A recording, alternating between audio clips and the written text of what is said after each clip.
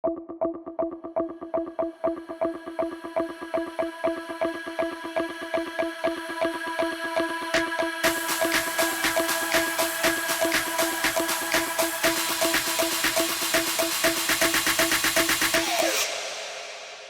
տապանում ջրընկալել եմ քաղաքագետ Հայկ Սահակյանին, պարոն Սահակյան, շնորհակալ եմ հրավերն ընդունելու համար։ Ես եմ շնորհակալ հրավերի համար։ Մեր նախորդ հարցազրույցի ժամանակ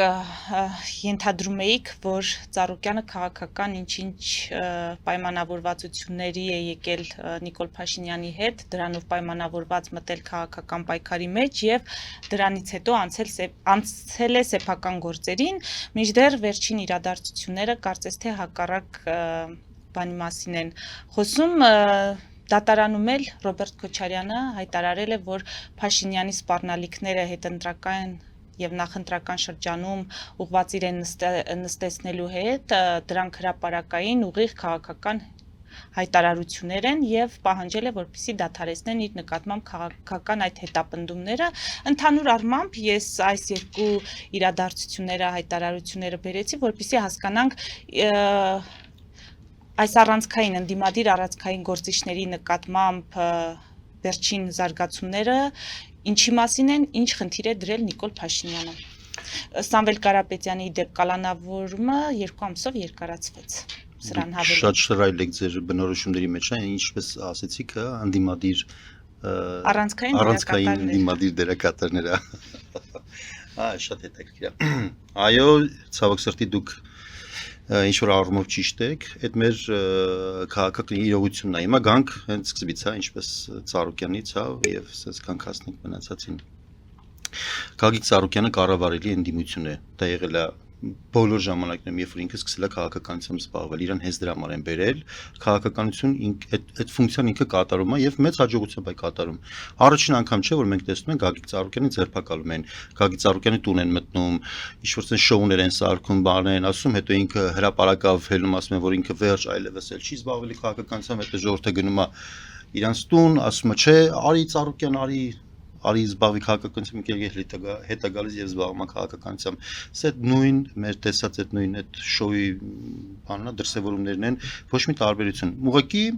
մի քանի տարբերությամբ, այն ժամանակ ուղղակի ցույց չէին տալիս, թե ինչպես են Ծառուկյան Գագիկին բանանում տալիս Բերման ենթարկում։ Չէ, բերման են ենթարկում, բայց Նիկոլ Փաշինյանը բան հիմա տալիս է բոլորին փռում ասֆալտին, չէ։ Այն ժամանակ չէին փռում ասֆալտին, ուղղակի ասենք Աշոտյանները ելնում ասում էին այո, նա դա դի գագոն է, ասես բաներ էին ասում։ Հիմա չեն ասում, դες բան ուղղակի փռում են ասֆալտին, ասենք որոշակի էս նյուանսներով է տարբերվում, բայց process-ը ամբողջ քաղաքական այդ որ նայում եք, շատ նույն process-ն է, նույն մարդն է, նույն հանցագործն է, ով ունի կասկածելի կարողություններ, ով քաղաքականության մեջ ֆունկցիաներ է կատարել հստակ, մարտի 1-ին շատ հստակ դերակատարում է ունեցել, մենք հիշում ենք, չէ, ով է Գագիկ Ծառուկյանը, այդ քրեա օլիգարխի, այդ առանցքային դերակատարներից մեկն է, եւ որ դուք հիմա ասում եք ինքը ընդդիմության, տենց առանցքային դերակատար, ինքը ընդդիմության առանցքային դերակատար չի, ինքը քրեա օլիգարխի առանցքային դերակատարներից մեկն է, մինչ օրս, ով 18 թվականի այդ հայտնի դեպքից հետո մենք հույսով էինք, հանրությունը հույսով էր, որ Նիկոլ Փաշինյանը այդ իրենց բոլորին պիտի քաղաքականից դուրս հանել, բայց ինքը տեսնում եք մեծ հաջողությամբ ոչ միայն իրենց դուրս է հանել, այլ իրենց բերել եւ դարձրել է անփոխարինելի բան ընդդիմադիրներ։ Տեսեք դուք էլ ձեր խոսքում ասում եք, չէ, նրանք առանցքային քաղաքական ընդդիմադիր գործիչներ են, այլ ցավալի է դա, ցավալի է, որ Ծառուկյանը,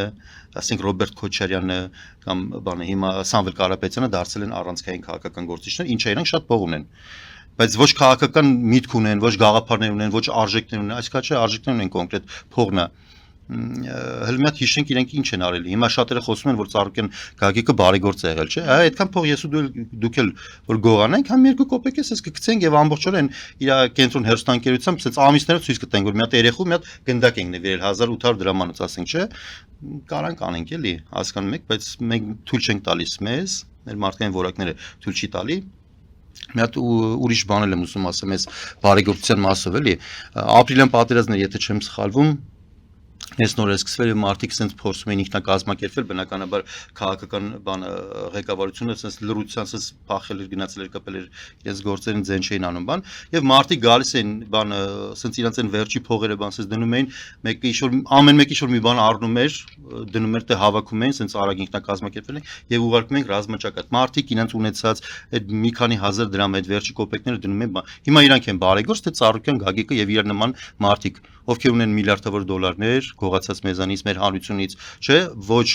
օրինական զարտուղի ճանապարհները ձեռք բերված եւ մի քանի $100 կամ մի քանի $1000 ասենց բարբերաբար նվիրատվություն ունեն կամ էլ մի հատ էլ կամ էլ ասենք եկեղեցի են սարքում որ գնան մեղքերի թողություն տան էլի ասենք շատ բան է մեր մոտ ասենց թացու չորը խառնվել է իրար ասենց շատ բան է խառնվել իրար դրա համար էլ այնպես մարդիկ դարձել են եւ բարեգործ են դարձել հա շակերտել եւ դարձել են բան քաղաքական գործիչներ հիմա էլ ազդեցություն ունեն եւ այստեղ ես նորից մեղադրում եմ օրվա իշխանություններին Նիկոլ Փաշինյանին եւ քաղաքացիական պայմանագիր կուսակցությանը ովքեր թույլ են տվել այդ մարդուն իրենք նոր իմացան ասենք որ ինքը այտենց աբորինի բաներ ունի կենթաներ էր բամ չէ բոլորը գիտեն ով հենց ասում են Ծառուկյան Գագու բան բոլորը գիտեն որ ինքը տանը կենթաներ է բամ այդ կենթ առյուծը հոստե Երևանից չէր բռնել չէ Բարձր ինչ որ զարտուղի ապորինի ճանապարհներով բերել էր հասել իր տունը պահում էր, չէ՞, այնտեղ էլ ասում են, չգիտեմ, ինչ որ ջայլամներ կան, կոկորդիլոսներ կան, ասենք կոկորդիլոսը, որ Երևանյան լճում չէր ապրում։ Բարձր չէ որ Աֆրիկայի զարտուղի ձևերով գնաց է բերել այդ մարդը։ Ես եւ դուք չեն կարող հիմա կոկորդիլոս զանգենք, պատվիրենք, բերեն։ Ասենք չկա դες բան։ Բարձր չէ ինչի մասին է խոսքը։ Ապորինի կերպով այդ նոր իմացան որ ինքը այդպես բաներով է զբաղվում։ Չէ, միջև էլ գիտեն, չէ։ Բայց ինձ պետք էր որ նա դա պետք էր որ այդ խոցելի այդ հանցագործ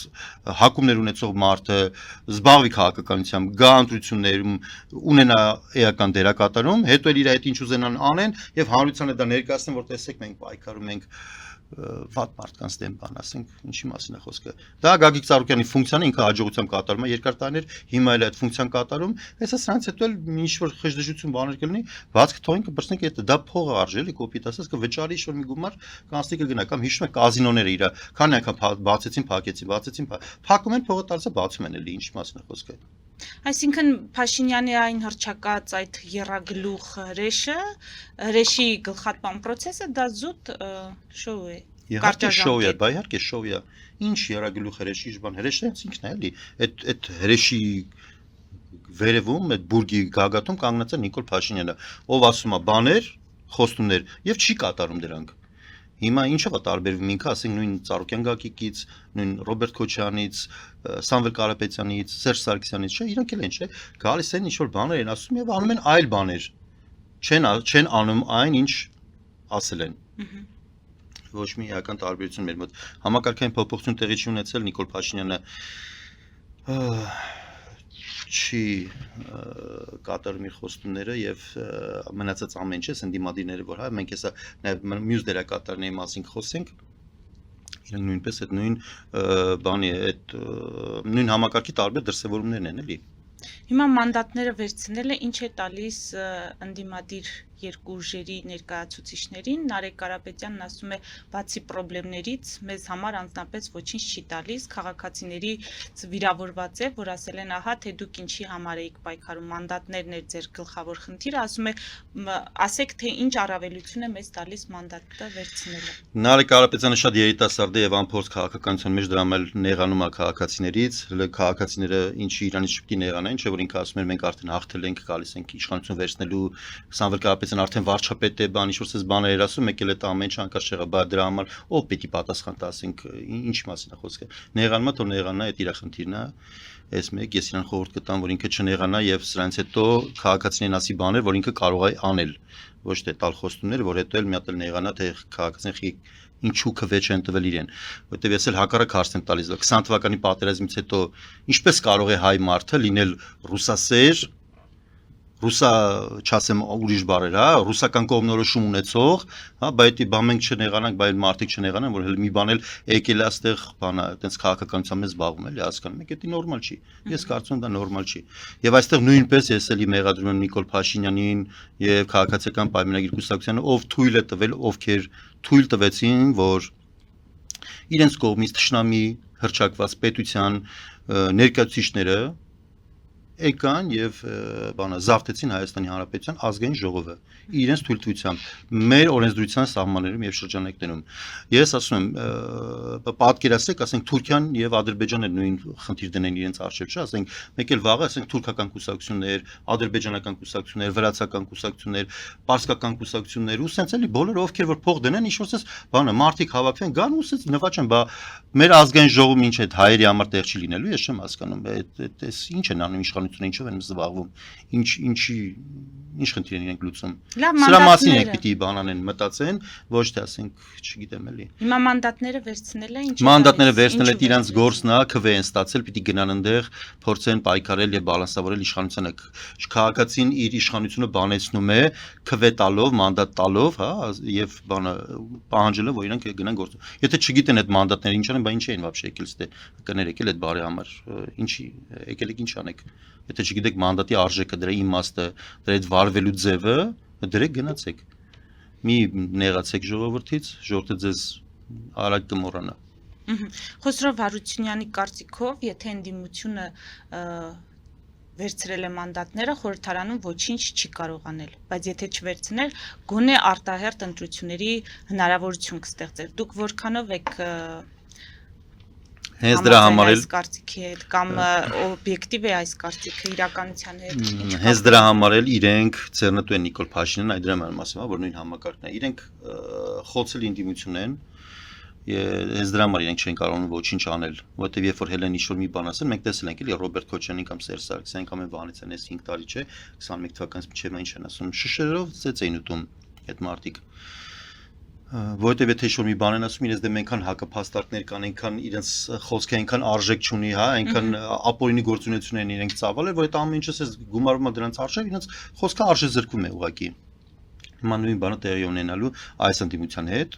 եւ այդքան բանը կարծում եմ հաշվի առնելով անդերց ասել խոսով Հարությունյանը որ ավելաբեր իրենք մանդատ չվերցնեին դնեին եւ նոր ընտրություններ տեղի ունենար բայց կլիներ նոր ընտրություններ այսինքն բայց եթե ընդդիմությունները չգնային դա քաղաքական ճգնաժամ էր լինելու եւ կարծում բնականաբար այդ ճգնաժամից դուրս գալու միակ ձևը լինելու էր նոր ընտրությունները որովհետեւ այս ընտրությունները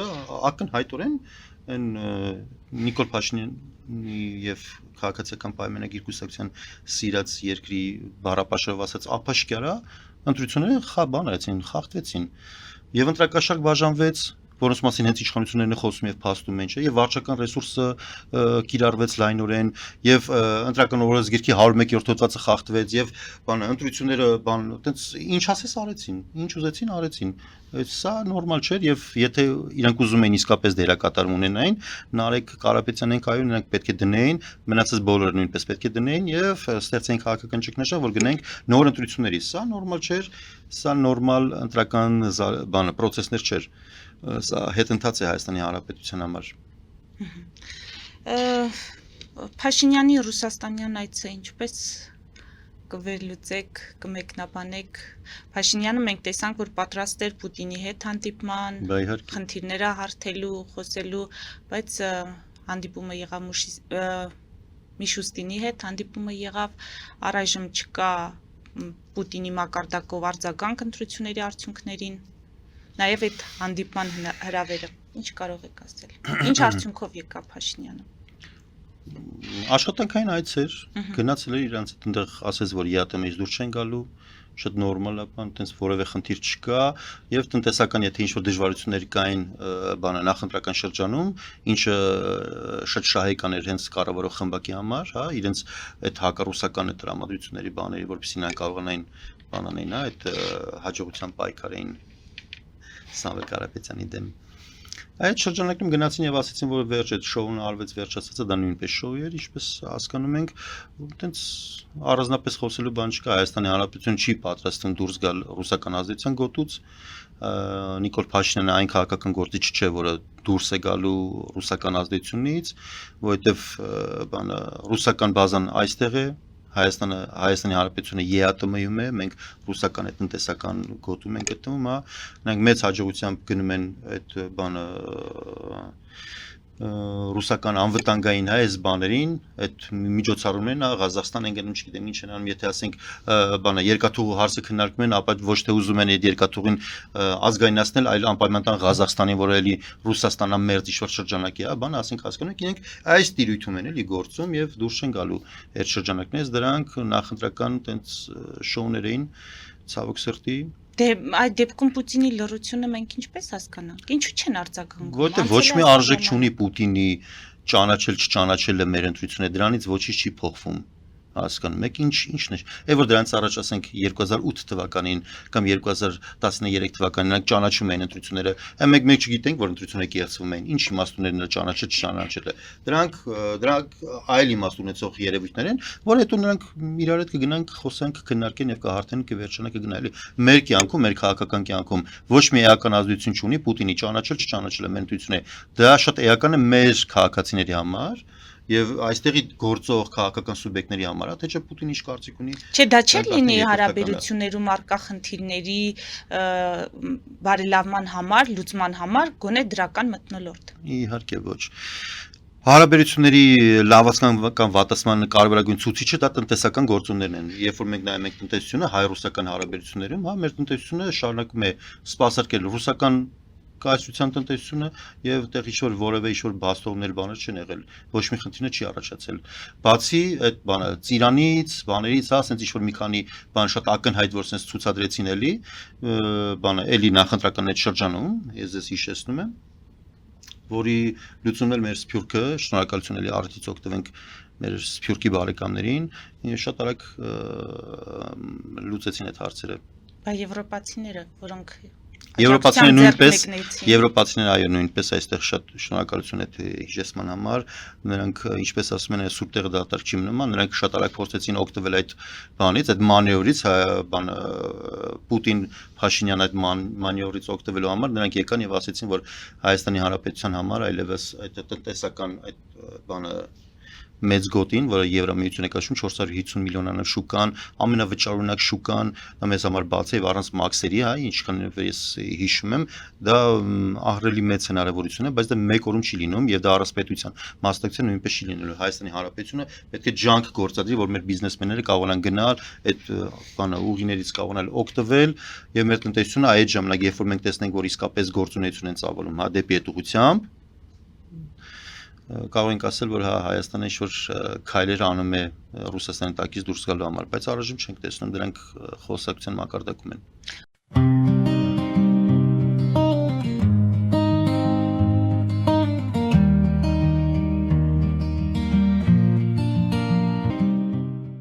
Ֆելիչե ժամանակակից ատամնաբուժական կլինիկա։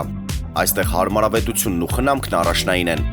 Այստեղ կիրառվում են ատամնաբուժական ամենաժամանակակից տեխնոլոգիաներ, ճշգրիտ ախտորոշում, արդյունավետ բուժում, նուրբ փորձառություն եւ անհատական մոտեցում։ Սկսած սովորական մանրուքներից մինչև առաջադեմ ընթացակարգեր, այստեղ դուք գտնվում եք բարձր որակավորում ունեցող եւ փորձառու ատամնաբուժական մասնագետների ձեռքերում։ Մեր բարեկամական եւ հյուրընկալ անձնակազմն այստեղ է յուրաքանչյուր այցը հաճելի դարձնելու համար։ Ֆելիչե,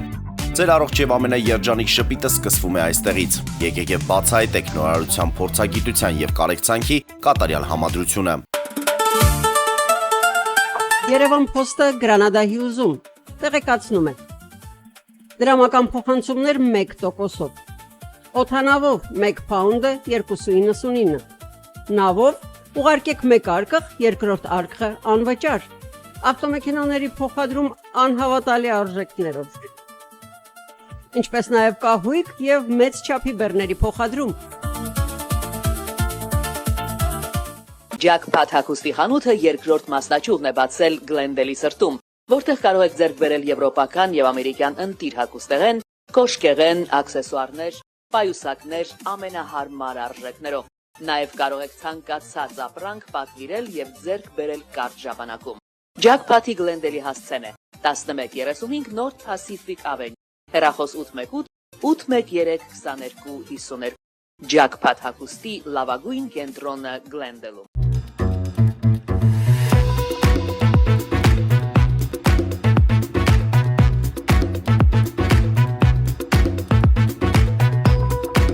Արարատ ռեստորան, ընտանեկան եւ ընկերական ժամանցի լավագույն հասցե։ Սիրված արտիստներ, հյուրընկալ մթնոլորտ, հարուստ ճաշացան, անմահական խորտիկներ։ Արարատ ռեստորան, հասցեն անփոփոխ։ Սիրով սպասում ենք ձեզ։ Լավագույն պաղպաղակ, բնական, համեղ եւ մատչելի գներով պաղպաղակը կարող եք ձեռք բերել բոլոր հայկական խանութներում։ Պահանջեք հայկական պաղպաղակ, Թամարա պաղպաղակ։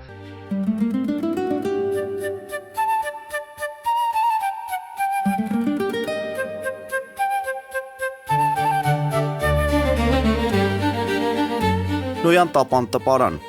Նոյան տապան հրատարակչություն, շարվածքից մինչև տպագրում, զանգահարեք, գրեք, այցելեք,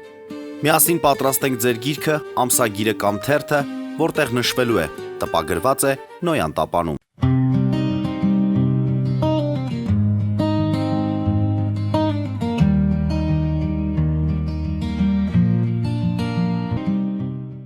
Աշխարհաքաղաքական զարգացումներին եթե գանք, դրանց ազդեցության իմաստով մեր երկրի հետագա խնդիրների լուծման առումով ինչ կարող եք ասել, այստեղ ՆԱՏՕ-ի գագաթնաժողովը կարող ենք վկայակոչել, որը տեղի ունեցավ Թուրքիայում, Թրամփը եկավ, մենք տեսնում ենք նաև Իրան-Իսրայել Իրան պատերազմի, կարծես թե վերսկսում, ինչ կարող եք ասել։ Զարգացումները ինչի մասին են եւ դրանց հետևանքները։ Շատ բազմաշերտ հարց եք տալիս։ Եկեք մի քիչ բացենք բանակ։ Նախ ՆԱՏՕ-ի գագաթնաժողովը որտեղ ունեցավ, մենք տեսանք, որ այնտեղ մասնակցում էր Ուկրաինան շատ բարձր կարգավիճակով, գրեթե փաստաթղթերով, իրավական առումով ինքը անդամ չէ, բայց այնտեղ իրավանդամի կարգավիճակով գրեթե փաստացի է, ինքը այնտեղ նստած էր, մասնակցում էր որոշումների կայացմանը շատ ակտիվ, այնտեղ որոշումներ են կայացնում Ուկրաինային օգնելու համար, եթե չեմ սխալվում 70 միլիարդի օգնություն հաստատվեց այնտեղ, բազմաթիվ պայմանագրեր, ռազմական պայմանագրեր կոնկրետ հստակ է, տեխնոլոգիաների արտադրության անգամ Տրամփը ասեց, որ կարող է իրենց Patriot հրթիռները Ուկրաինայում արտադրելու լիցենզիա տա, դա ֆանտաստիկ հնարավորություն, դա ֆանտաստիկ հնարավորություն է ուկրաինացիների համար։ Հա, բոլորեն եթե հիշում եք 23 թվականին, այսինքն մինչև օրս էլի ամերիկացիները երբ իրանց պետք էր այդ հրթիռները տալիս էին, ուկրաինացիները կարողանում են պաշտպանել իրենց ստրատեգիական նշանակության բանը, երբ պետք չէր չեն տալիս եւ ռուսները պատժում են, նույնն էլի ռուսները հիշում եք մեզ Արցախյան պատերազմի 20 թվականին, որ հաջորդը գորմերը օդը փակեք, հա, երբ որ պետք էր ռուսներին օդը փակում էին, երբ պետք չէր բացում են եւ մեր զորքը բաներում, հա, բոլոր մեծ կայացությունները, մեծ խաղացողները, երբ որ իրանք սկսում են քեզ օգնել եւ այդ օգնությունը դառնում է քո համար կրիտիկական նշանակության, հա, իրանք դրանից օգտվում են։ Հիմա եթե Ամերիկան այդ հնարավորությունը արդեն տալիս է Ուկրաինային, դա էլ ոչ թե տալիս է Ուկրաինան նվաճից այդ իրավունքը, որ ինքը ոչ թե օգնություն խնդրող է ինքը հիմա, այլ Եվրոպայի անվտանգության կազմակերպիչ, այսպես ասենք, Եվրոպայի անվտանգությունը սկսվում է Ուկրաինայից եւ Ուկրաինան ինքը իրենով մարտնչում է Եվրոպայի անվտանգության համար, այսինքն եթե Ուկրաինան պարտվեց, դրանից հետո ռուսները շատ հանգիստ գնալու են արդեն մտնելու են ցանկացած արդեն ՆԱՏՕ-ի անդամ եւ եվրոպական պետություններ, հա, խոսքը առաջին այս Լեհաստանի մասն է կամ Բալտիկ ծովի այդ շրջանի պետությունների մասն է, այսինքն Ուկրաինան առաջնագիծն է, դա շատ լավ հասկանում են եվրոպացիները եւ իրենք ամեն ինչ անելու են, որ Ուկրաինան չպարտվի։ Ամենայն դեպս այսօր զարգացումները այդպիսին են եւ ՆԱՏՕ-ի գագաթնաժողովում այդ տրամադրությունները դրանք հստակ ընդգծվեցին։ Շատ կարևոր էր նաեւ այնտեղ Թուրքիայի մասով, թե ինչ էր այդ գագաթնաժողովը, դրանպես շատ փորձագետներ կան, որ խոսում են թե ինչ է այնտեղ տեղ ունենում Թուրքիայի դերակատարում մեծացավ, փոքրացավ կամ ինչ որ տարբեր գնահատականներ կան, ես ուզում դրան այդ տեսանկյունից չնայենք, այլ տեսանկյունից նայենք, մենք մի քանի մեկ շաբաթ առաջ, եթե չեմ սխալվում, կամ մի 10 օր առաջ էր, երբ Իսրայելը փորձում էր ճանաչել համենայն դեպս հայտ ներկայացրեց, որ ճանաչելու է հայոց ցեղասպանությունը, եւ այդտեղ անհանգստություններ սկսեցին առաջանալ Թուրքիայում, Ադրբեջանում եւ Հայաստանի կառավարող շրջանակներում շատ տարօրինակ զուգադիպություններ իհարկե, այսինքն տարօրինակ չի, շատ հասկանալի է, Բայց սրանք խոսում են երկարաժամկետային խնդիրների մասին, որ մեր տարածաշրջանում տեղի ունենալու, Թուրքիայի եւ Իսրայելի հարաբերությունները գնալով սրվելու են, միջերկրական ծովում նրանք բանը այնտեղ գազի եւ նավթի միլիարդավոր դոլարների հասնող ինչ-որ նոր բաներ են հասել, բան անուն ինչա հանքեր են գտել, որոնք ուզում են շահագործեն, Թուրքիան ինքն է ուզում շահագործի, Իսրայելը ինքն է ուզում շահագործի, այնտեղ Հունաստանը նույնպես շահում, այնտեղ Կիպրոսը բան չէ, սենց մի խոսքով այդ միջերկրական ծովում նոր լուրջ կոնֆլիկտ է ձևավորվում, որտեղ Ֆրանսիան նույնպես էական դերակատարություն ունի, եւ այնտեղ հակաթուրքական դաշինք է ձևավորվում, եւ Իրան, բանը իսրայելական եւ թուրքական շահերը ակնհայտորեն բախվելու են, եւ սա մեզ համար հետաքրքիր է այն տեսանկյունից, որ ընդհանրապես տարիներ առաջ 20 թվականի պատերազմում Թուրքիան, Ադրբեջանը եւ Իսրայելը, Պակիստանը, այդ թվում նաեւ իրենք դաշնակիցներ են եւ կռվում են մեր դեմ, հիմա մենք տեսնում ենք այդ դաշինքի մեջ, եթե ասենք այդ հակահայկական այդ դաշինքի մեջ ճեղքված կա եւ ակնհայտորեն Իսրայելը փորձում է դուրս գալ այդ ճեղք բանից, այդ դաշինքից եւ ինքը հայտով բան արեց, չէ՞, մեզ կառավարությունը դիմեց, ասեց ես ուզում եմ ճանաչել հայոց ցեղասպանությունը։ Իմաստը ո՞րն է, այսինքն երկխոսություն սկսելն է, որ բանը իրենց հետ խոսնել է շատ հետաքրքիր է, որ ինքը ասեց լավ է ուշ քան sense ինչ-որ քան երբեք, ինչ-որ բարոյական բանում ասել։ Այսինքն նրանք մեղանչականով էին։ Երբեք ուշ չէ, ճիշտ է, այո, մեղանչականով էին հանդես գալի եւ ասում էին, որ ոնց որ լավ բան չեն կարել, բայց եկեք սկսենք նոր սկզբից եւ դա հնարավորություն է Ադրբեջանին զրկելու իր ուժեղ դաշնակիցներից մեկին։ Հնարավորություններ Ադրբեջանին ստիպելու, որ նա ընտրություն կատարի Թուրքիայի եւ Իսրայելի միջեւ, եւ մենք տեսանք, որ ակնհայտորեն բանը Ադրբեջանը ընտրելու է բանը Թուրքիային եւ զրկվելու է Իսրայելի աջակցությունից։ Եվ դա մեզ ուժեղացնող գործոն է դառնալու։ Չէ, ինչ պետք է անեինք մենք, մի փոքր ավելի ռեալ նկարագրեք ձեր ասածը, գործնական։ Հարաբերությունը ընդամենը լավացնել, երկխոսություն սկսել, շատ բան պետք էր անելու սկզբի համար։ Մենակ այն հանգամանքը, որ դա լարվածություններ առաջացնելու ադրբեջանա-իսրայելական հարաբերություններում, դա արդեն իսկ գալու էր ձեր, եթե մենք դրա վրա սկսեինք այդ ուղղությամբ աշխատել, հələ պատկերացրեք, որ մենք հասնենք այն բանի, որ բան, ինչպես Ադրբեջանը, հիմա աշխատեց, հիմա իրենք հայտարարությամբ են հանդես եկել եւ ասում են մենք աշխատանք տարանք եւ կարողացանք չեզոքացնել Իսրայելում։ Դուք հավատում եք այդ հայտարարությանը։ Այդ հայտարարությունը հենց այնպես հայտարարություն չի։ Այդ մարդիկ աշխատանք են տարել, իսկապես աշխատել են այդ ուղղությամբ, ոչ միայն բանը պաշտոնական այտենց հայտարարել են, այլև գնացի հանդիպում ինտենսիվ հանդիպումներ են տեղ ունեցել։ Իսրայելական կողմն ասում, որ Ադրբեջանը այո բողոքել էր եկել էր քննարկում էր, այսինքն այդ մարդիկ աշխատում են, ոչ թե ուղղակի գրասենյակներ նստած կամ եթեր նստած հայտարարություններ են անում։ Հստակ աշխատում են իրենք այդ ուղղությամբ։ Հիմա եթե մենք էլ հստակ աշխատենք, կարող ենք հասնել այն բանին։ Գնալու է մի վարքան միտքս ավարտել։ Արցախուրդ, ինչ է նշանակում Ադրբեջանը հստակ աշխատանք է տարել։ Խորհրդարանը գնում է։ Ինչ? Աշունը չէին կարա ճանաչեին։ Դե թող վերադառնանք կտեսնենք Ադրբեջանը ինչ աշխատանք է տարել, որքանով է այդ աշխատանքը քաղաքական հայտարարություններ։ Եվ առաջին անգամը չէ, պարոն Սահակյան, որ Ադրբեջանը հրաշալի կերպով օգտվում է հայտարարություններից, ժամանակաշրջանից եւ ծառայեցնում իրեն իրադարձությունների զարգացումը։ Դա ունակությունն է, որ կարելի է հենց քարոզչական մակարդակում, անգամ քարոզչության մակարդակում մենք էլ կարող ենք օգտվել այդ հնարավորությունից, բայց մենք ոչինչ չենք կարող, մենք ձկան նման լուր ենք ուղղակի։ Մեր շուրջ տեղի ունեն լրջագույն զարգացումներ, Իրանին ավիրում են, այնտեղ բանը Թուրքիա-Իսրայել բաներ հարաբերություններ լարվում է, Ադրբեջանը բանը Իրանի սահմանային մեծ զորավարժություն է սկսել անել, բանը ասես մեր շուրջ բոլորը ասես թողուբոհ է, Ուկրաինան մեզնից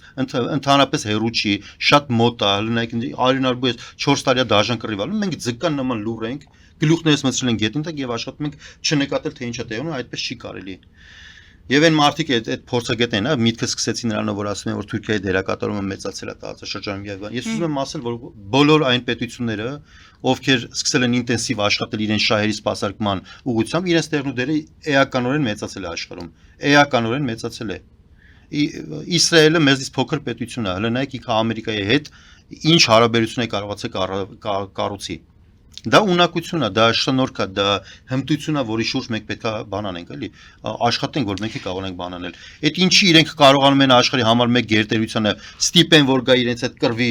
բանը Իրանի դեմ, բայց մենք չենք կարողանում Ռուսաստանին ստիպել, որ ինքը կռվի, ասենք բանը Ադրբեջանի դեմ։ Հասկանում եք, դա շատ բաների մասին է խոսում։ Իսրայելի հետ չեն կարող հիմա աշխատել այլ ձևաչափով հայոց ցեղասպանությունը չլինի այդ աշխատանքի Ինչն է խանգարում, ինչն է խանգարում։ Որովհետև Թուրքիայի հետ պատրաստվում են հարաբերությունների կարգավորման, Մենք որովհետև ենք պատրաստվում։ հեռանկարում կա տարածաշրջանի ապաշրջափակում, Հայաստանի ապաշրջափակում, տարածաշրջանային կոմունիկացիաների բացում, որից շահելու է Հայաստանը։ Հիմա ինչ է տալու Հայաստանին ցեղասպանության հիմքով համագործակցությունը Իսրայելի հետ, Լծակ ազդելու Թուրքիայի վրա։ Դրանից Եթե մեր վիճակը լավ չի լինում, մենք միշտ կարող ենք հենվել հայ-իսրայելական հարաբերությունները եւ ցավացնել եւ ստիպել թուրքիական կողմին, որ ինքը հաշվի նստի մեր հետ։ Ոչ թե թուրքերը մեր հետ հարաբերվելիս ոնց են ասում, չէ, գնացեք Ադրբեջանի հետ հենց տեսնենք Ադրբեջանը ինչ կասի, ըստ այդմ մենք որոշումներ կկայացնենք։ Մենք եք ասենք, դե որ տենց է, մենք Իսրայելը տենանք ինչ ասում, ըստ այդմ մենք հաշվի կառնենք։ Եթե ուրիշները կարող են մեր հետ այդպես վարել, մենք չենք կարող, մենք հիմար ենք։ Երբ որ կա հնարավորություն, պետք է հնարավորությունից օգտվել։ Այդ մարդիկ իրենց ձեռքով եկել են մեր դուրը տուկ-տուկ են, թակում են դուրը։ Ինչ ձևացնենք, որ մենք տանը չենք, հա, ինչ ասենք, վեր ցեղասպանություն չի եղել, հա, որ մենք ասենք ցեղասպանություն չի եղել։ Եղել է, չէ։ Չեն ասում ցեղասպանություն չի եղել, Մեր կառավարությունը ասում է, եկեք մոռանանք։ ճանաչի, այսինքն պետության լիարժեք ճանաչում կլինի, մենք Ինչ են ողջունեն, անելու։ ինչ պետք է Պետք չի ուղակի ողջունել, դա հարաբերություններ սկսելու, նոր այդ հարաբերությունները զարգացնելու, ավելի բարձր մակարդակի բարձրացնելու հնարավորություն է, այդպես են, ուղակի ճանաչել, ասենք ումա պետք։ Հիմա ասենք, բանը, այդքան պետությունա ճանաչել, որ տենց ես հիշում եմ Սերժի ժամանակ, որ ճանաչում էր գնում են դեսպանատան դեմը, կանգնում են Քոչարի այն պարում ծափ են տալի կամ ես ինչ եմ։ Դա հարաբերություն լավացնելու ձև է, իհարկե ոչ։ Դա հարաբերությունը, այդ հնարավորությունը, այսինքն հենց այնպես փուս տալու այտենց մի հատ քաղաքականություն է, որը ես հիմա չեմ ուզում նույն կերպ լինի։ Ամեն օր չէ, որ Իսրայելը գալիս է ասում աղբեր ջան, ոնց որ թուրքերի հետ հարց ունեմ, ոնց որ դու էլ հարց ունես թուրքերի հետ։ Արի տենանք ինչ կարենք անենք։ Ամեն օր չի գալիս նման առաջարկով։ Հասկանում եք։ Նույնը, ասենք, բանը Հունաստանը, Կիպրոսը, Ֆրանսիան, կամ եւ Եգիպտոսը, երբ որ հակաթուրքական ինչ որ բան էին կոալիցիային ուզում սարքի ինչ-որ բան եմ, Հայաստանի նույնպես հրավիրեցին, մենք չգնացինք եւ չմասնակցեցինք, բայց այս տակից ինչ-որ բաներ են ուզում անել, չի կարելի նման քաղաքականություն վարել, վախերով առաջնորդելով, որ կավա Թուրքիան մեզ պաճի։ Ընդհակառակը հայ-ռուսական հարաբերությունները այս 30 տարվա մեզ ցույց են տալիս, որ եթե դու հլու հնազանդ ենթարկվում ես ինչ-որ մեկին, ինքը վերջում քո հետ ինչ ուզում անում է, տալի ապտոկում, ավիրում, ցեղասպանում, ինչ ուզում անում է։ Եթե ուզում ենք մենք Թուրքիայի հետ նորմալ հարաբերություններ, մենք Թուրքիայի բոլոր թշնամիների հետ պետք է ունենանք շատ բարձր մակարդակի հարաբերություններ, որ պետք է ժամանակ կարողանանք ցավացնենք թուրքերին։ Որ ասենք եթե դու մեր հետ չեզում լավ լնես, մենք կարանք քո վրա ինչ-որ բան լծակներ բանեցնենք։ Այ այդ ժամանակ թուրքերը կգան, մեր թուշը կպաչեն եւ մեր հետ լավ հարաբերություններ կլինի եւ մեր հայ-թուրքական սահմանը կբացվի առանց նախապայմանների։ Ոչ թե կասեն էլ տեսեք Ադրբեջանը մի դեմ է թե դեմ չի, մենք էլ կմտածենք, տեսնենք ոնց է ոնց չի։ Այս 30 տարի ինչի, այսինքն ինչ հիշում եմ հայ-թուրքական սահմանը թուրքական կողմից փակ է մեր համար։ Դա հստակ պատերազմական ակտ է, տնտեսական պատերազմը տենց արի, ընդհանրապես պատերազմը տարբեր դրսևորումներ է ունենում։ Թուրքիան մեզ հստակ մինչև օրս պատերազմ է հայտարարել։